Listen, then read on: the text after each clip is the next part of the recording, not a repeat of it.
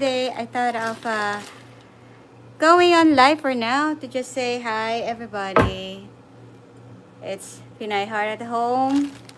Busy day. Just dropped my son off to the school bus. Just go to the front, and then sorry, I'm having this uh dry dry throat. Let me just have some drink.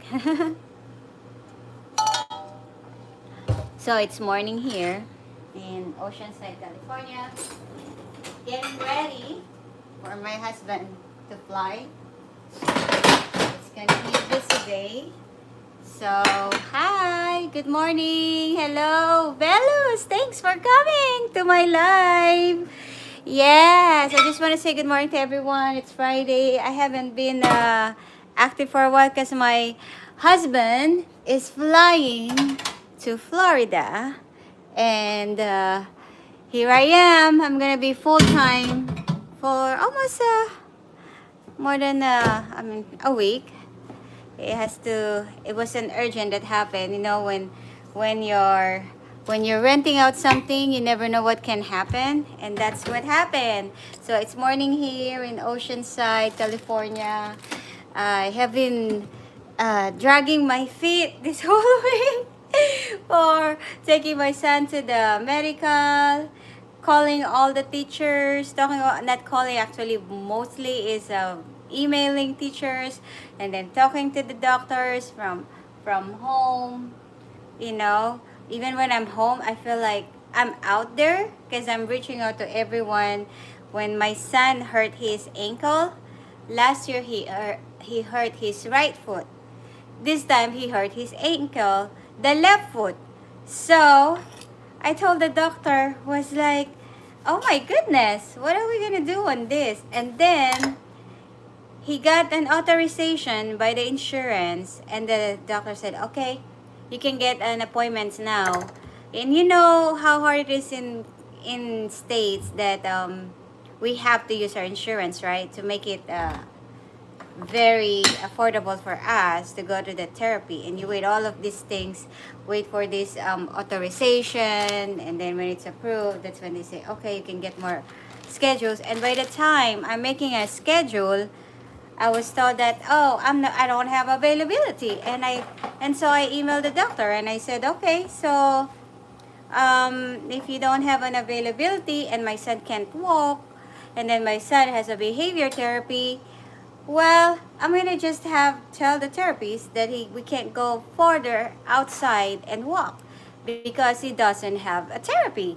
I mean, I'm not going to withhold my son and tell the therapist like, hey, you can't let my son walk outside, but due to the restrictions right now that he can barely walk, the doctor is not available. So the doctor called me and said, hey, I am available not until month of May. And she asked me if I want to stop the therapy of my son. And I said, I didn't say I want him to stop taking therapy. I was just saying, if there's no available, I needed different therapies that are available to see my son, because the insurance authorized it, that he have sessions to see the therapist. But if you are not available, then we're working on a goal of his behavior therapy to walk in the community. But how is he gonna walk in the community if he's hurting and he doesn't have therapy? So she said, okay, well, we'll schedule you when it's open up on this and that. And I said, I just don't want to be blamed that I'm withholding my son's treatment because I don't want to. It's because you don't have an available schedule, and that needs to be informed to the current therapist. So it's like a lot of coordination, and especially here raising kids in America, right? In America, if the school sees this and other people sees this, and then parents are not doing anything on this, we get reported for neglecting the kid. And those are the things that we parents have to pay attention, that if the kid something tells you and then they tell also to the school, and then the school follow up with you. You need to be able to get ready. And for Filipinos, it's gonna come here, or we don't rely on our spouse just because they live here in America, or if they are in abroad. We gotta figure out to do this on our own. I'm not gonna call my husband and wait and hey, I don't know how to talk to the doctor because I met some Filipino friends, and they never call their insurance. I mean, I'm not making fun of you, but it's kind of hard if you don't want to learn about these things, the route of this. You want to live abroad, but American dream is not for fashion only. It's not for dressing up pretty and looking so impressive to everybody. We gotta do the life of being American, and being American is being independent. And so we don't call our neighbors and tell, because back in the Philippines, you can ask your friends and call other people, said, hey, can you tell to this one that I need this and that. It kind of like, okay, the practices was fine, but I almost got that what do you call that, routine and practice before with when I met Filipina. How can you tell? Because we used to work together. Said, can you tell to the boss? And of course, I learned about it. And I'm like, oh, okay. It's not like Philippines. Like you don't tell to the second person or the third person and then relay it. It's more on direct. So it's stressful, but it's better because resolution is faster, which is something I learned in America that you gotta say it. Because if you say it and you tell it, they'll figure out how to work it. Hi, Bello said, yes, renting. Been there, done that. That's Cali, so crowded. Yep. And also, Bellus, we are renting out our house and we're about to sell it. If anyone knows about Jacksonville, Florida, reach out to me. We're actually, my husband is making sure the house is getting ready before we sell it. Before we move on to the next plan. Hi, Scott. I'm rappers. Yeah, little cousin. Check out new album. Oh, thank you, Scott. All right. If you are a rapper, good luck to you. Hi, Belus. Salute. You're a good mom and wife. That's why you're there. God's plan. Thank you, Belus. I asked God long time ago, what's my purpose? Because I don't even know what's my degree that I'm going to do. I guess God sent me to America and make me do this job, and then after many years I realized that American people don't play. American people were like, you got to do it. You can't rely anyone to do it for you because that's the life here. You can have a friends, but even though you have friends back home, you still have to do it on your own, and it's not your friends. And I'm accustomed to that. Back in Philippines, there's always friends that's gonna do it for me. And if I can't do this, my friends like, yeah, I got you. I can do that because it's so easy to visit your friends. There's transportation, and we're not used to any processing step by step. It became chaotic, and when it became chaotic, we don't learn how to fix it. And then if we don't fix it, now we just waiting for whatever, if the luck is on us. That's what had happened, and we became. But here, that's why we're like this, because we can't afford to have nanny to call someone. Hey, can you do this? Can you buy me this? Like in Philippines, you can ask your neighbor going to the market. Say, hey, you going to the market? Yeah, can you get me this and that? We don't do that here. Good luck finding or knowing your neighbor, because your neighbor is not even visible. Maybe she works in the morning or she works at night and she sleeps in the morning. So you're on your own. And then this is my advice for the people that coming and want to marry foreigners. It doesn't matter if it's American.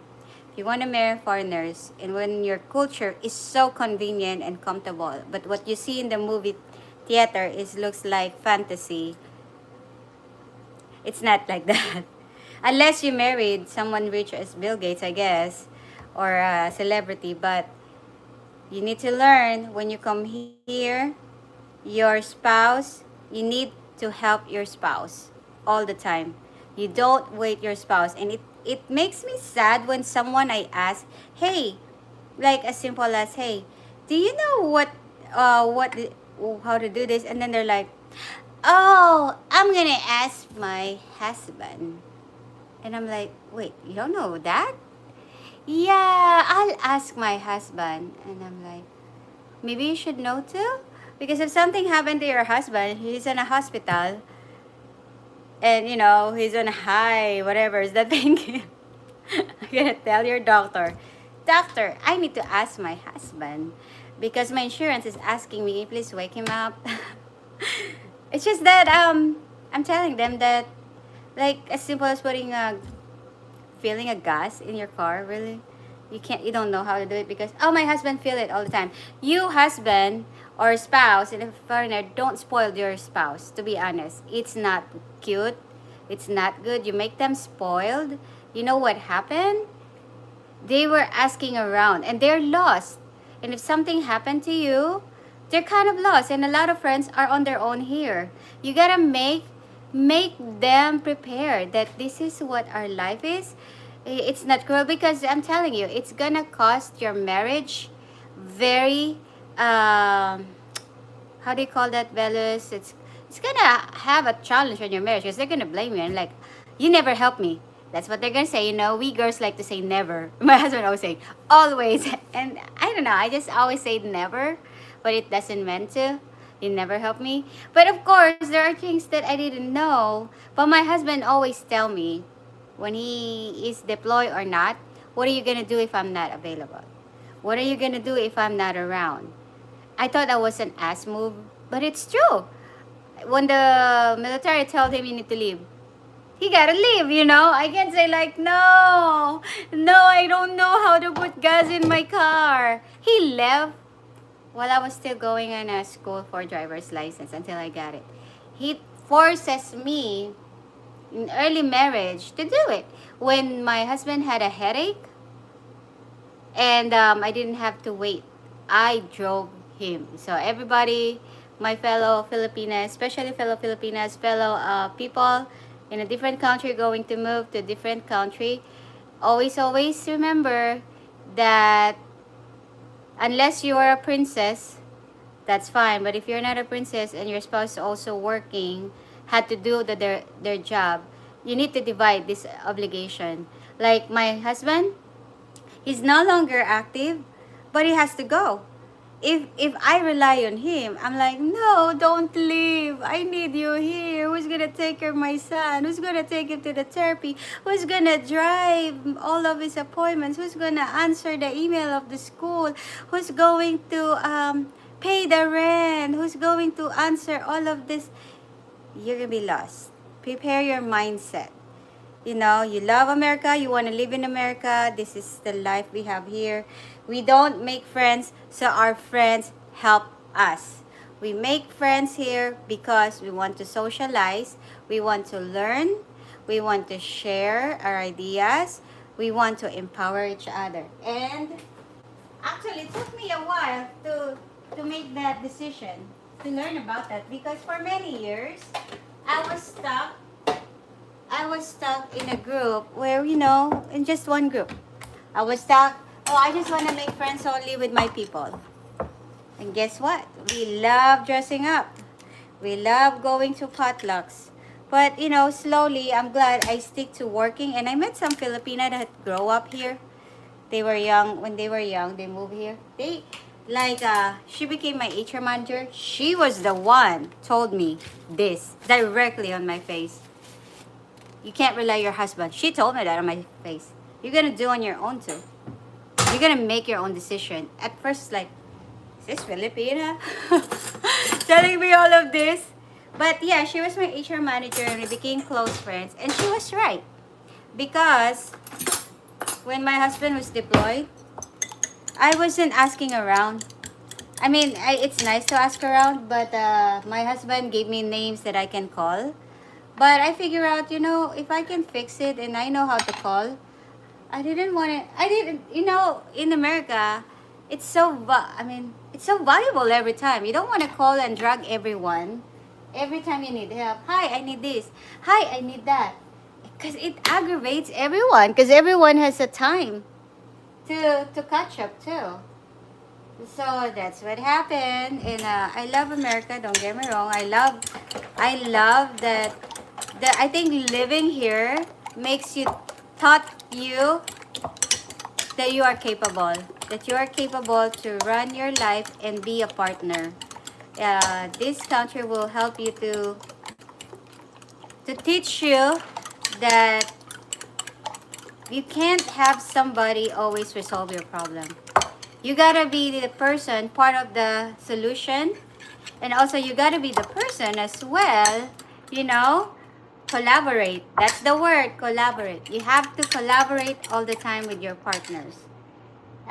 It's gonna be a while, but if a lot of our fellow people from not from here understanding this, and even if you're American, you know, when you're young and you have different perspective and you're starting to want to have your own family, you need to understand that when someone is working hard to to you know, to make sure everybody has food on table and have insurance and all of this. Consider the factors why they're having a hard time when they get home. Consider the factors why their attitude is changing. Because when I met my husband, he was not in the military. He was just a typical guy that a different personality. But due to the situation financially of our family, he had to join, and I have no choice. And then that the entire thing that I know him before I married him, it becomes a different because how the military mold him and change him. And do I want it? Of course I accepted it, and I have to adjust because he has to do it because of me. The reason he has to do it, he has to work, to spend so much time to make sure that he don't get kicked out in the military, is we can have a life. So I do not. It's just sad when people blame everything to their behavior because they're working hard. They don't have a break. Their time changes. They can't just call in like, "Hey, I can't come to work today because I'm sick." Not in military. They're gonna have to drag themselves. They're gonna drag themselves and show them themselves, even if you know whatever happened, to show that they can't really, and that's when they release. And so there's a lot of behavior in there and attitude that it's gonna trigger you too to fight back. But you have to understand, our servicemen are doing the best they can to protect our country, and if they're not a perfect spouse, it's because they're going through a lot. And the home is the place, supposed to be a place for them to feel the comfort, you know, not to blame them. And it happens a lot to my husband. You know, there are some boss that are not nice. Of course, the boss probably is going through a lot too. What I can only do is to give him a good food, not to fight him, because he was doing the right choice, and the right choice was to keep his job, to follow his boss. He likes it or he doesn't like it, follow your boss, you know? Because if you don't, then you don't have a job. And then if you don't have a job, then we be homeless. We're going to be like a song of "We Can Be Homeless." We don't do that, right? So, yeah, that's just my short perspective about it. Hey, thank you, Belus. Belus Traveler, please, everyone, whoever watched this, please subscribe and watch Belus Traveler, because Belus is an American. He still come home to Wyoming, and we love watching him. He is full of wisdom. If you want to know about farming and resources about Philippines and how he's helping the country where I came from, the Philippines, please go check him out. We Filipinos are so thankful for the people that comes to our country and invest, because in Philippines it's so hard to get a job, and a lot of our fellow Filipinos, they moved abroad to work, and some of them, you know, it's hard to come to America. They go to the country where they don't really have equal rights at all.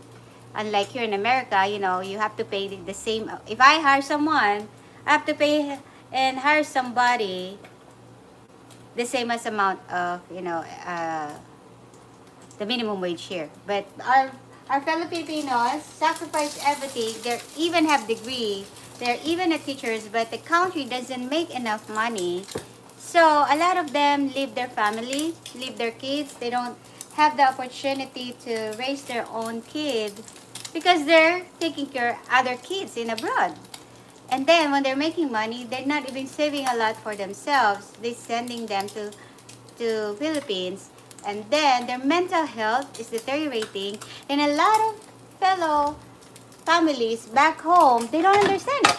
They just see it like, oh, you have money, you live abroad. No, it's not.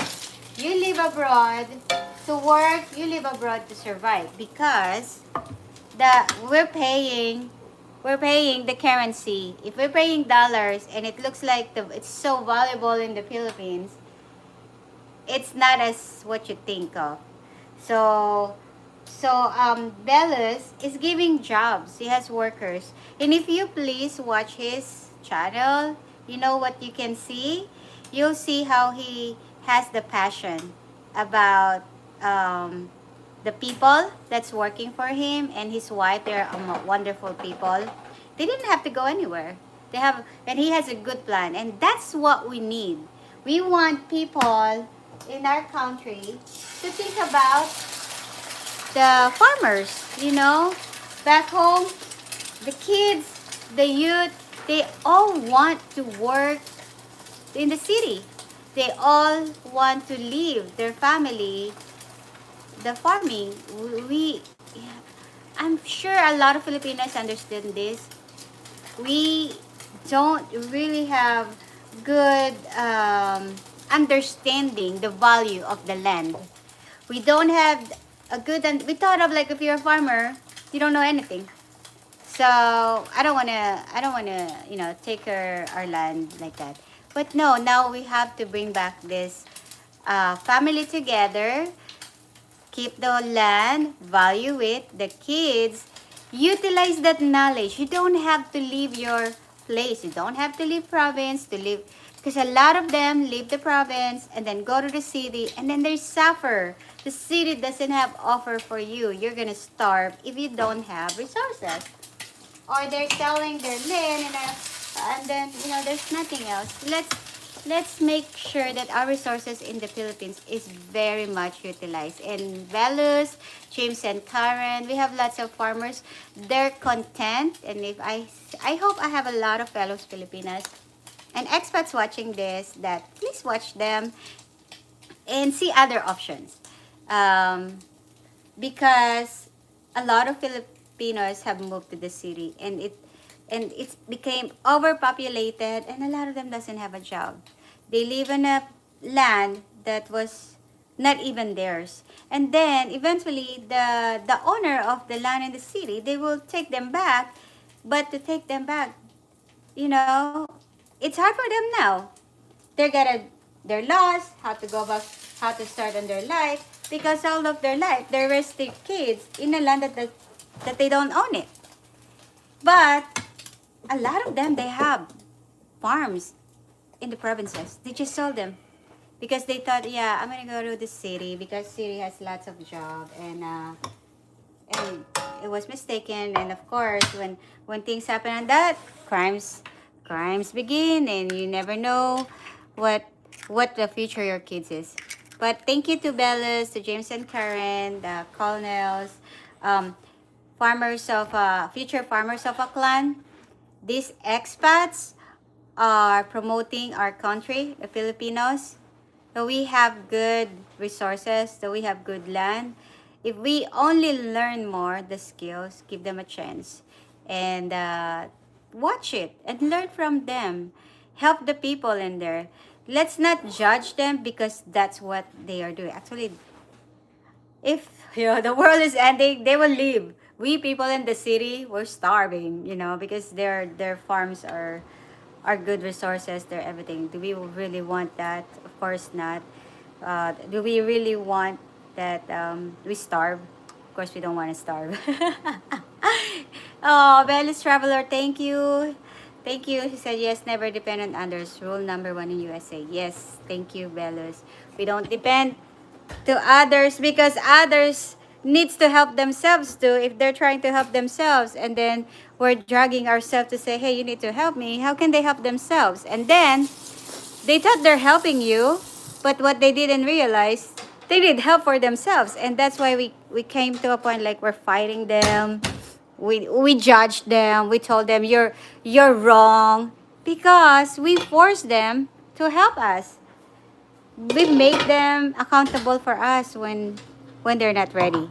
So, partnership. Go back to partnership and marriage life. Always, when you married someone, regardless expats or not, a foreigner or not, be a team.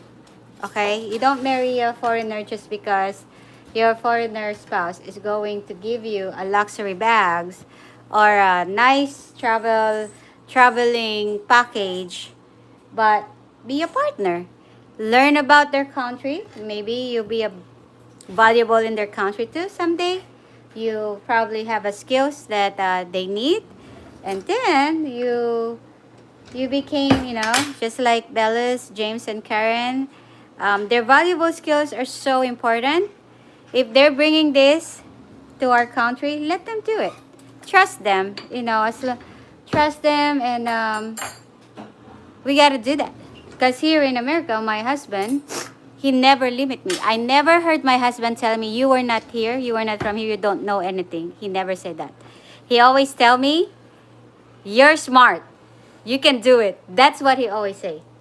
That's why he left me alone when he go to military. All right, hubby? He always trust me. He said, you can do it. You're No, smart. it's important to be self-sufficient and not rely everything on your husband. Because Yep. if you're relying everything on your husband, they can control you.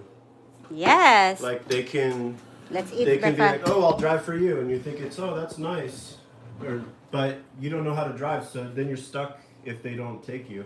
Yep. If Oh, you have thanks, an honey. argument, Oh, if you fried have an eggs. argument, you can't leave. Yes. Because you can't drive, so just Yeah, like, try to be self-sufficient. Try to learn how to pay the bills. Because what if your husband's older, like way older, and he dies or something? It could happen. It could, even if he's not older, like even the same age, he could die. And then how do you even know how to pay the rent or how to pay the mortgage or how to use the bank?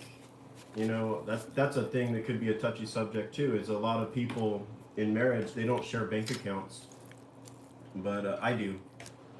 Because what's mine is hers, what's hers is mine. Like we share everything. We're like, you need to be friends first, not just, not just because you're married, you just have separate everything. So, yeah, that's important. It's important to be self-sufficient. If you're not, you're gonna have a harder time, and you're not gonna have as much freedom as you would have otherwise. okay, Mike. Yep. So now we're gonna eat breakfast, and I can go back on live again later. I'm about to take him to the airport, and then I'm gonna run the entire thing while I'm here in California. Oh boy. No, No, it's good. I have homework to catch up on when I go to this trip too, so I can do that while. so I'm not gonna be waiting for him like, oh, you need to call this, because I have to take care of this while he's taking care of our house over there, which is very important. Um, Getting ready to sell it, and then hopefully we'll get a good buyer that offers, any Fair market price. fair market That's price. all we're not asking to be rich or anything. Just pay what it's worth when you sell it. So that's it for now. And maybe I'll be able to go on live while I'm driving and show you the road, the traffic. This is the first time we're gonna go to this airport. We have never been to this airport before, but it's closer. Typically, we fly from San Diego, but now it's gonna be all the way to Palomar Airport. It's really new. So it's something I can show show that you have signals is good, and see from there if any of you, like to maybe knows about Oceanside or around that area. Carlsbad. Carlsbad. Because there's a lot of things to do. So that airport is open now, and it's closer. Didn't have to. I was anxious driving all the way to San Diego to drop him off there, but now it's Right. closer. If he's flying to San Diego, we have left already. So now it's closer, but I have to navigate the parking. Hopefully, the parking isn't too bad. But I heard it's good things about there. So yeah, thank you so much, Bellis. Thank you, Anthony Perez. I hope that you have a good day. Scott, thank you. And for those who watch me, I appreciate you all. I will come back later. Thank you.